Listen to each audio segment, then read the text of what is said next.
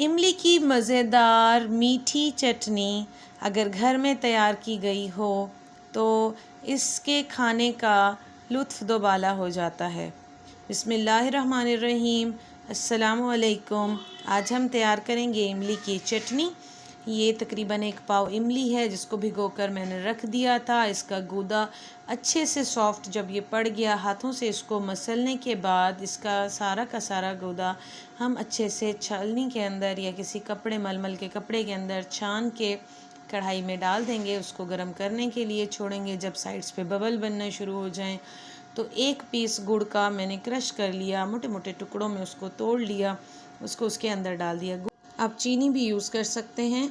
अब इसके अंदर डालेंगे हम लाल मिर्च का पाउडर 1 छोटी चमची, थोड़ा सा इसके अंदर जाएगा नमक हस्बे ज़ायका और थोड़ा सा गरम मसाला पाउडर और थोड़ा सा ज़ीरा पाउडर। अब इसको तब तक पकाएंगे जब तक कि इसकी कंसिस्टेंसी इस तरह से ना हो जाए कि ये पैन को अब ये छोड़ रहा है। और इसको ठंडा करके सर्व कीजिए और उसके ऊपर सेसमी सीड या वाइट कलर के तिल डाल दीजिए। लीजिए मज़ेदार हमारी इमली की चटनी दही बल्लों पर डालने के लिए, समोसे के साथ खाने के लिए रेडी है। अल्लाह हाफिज़।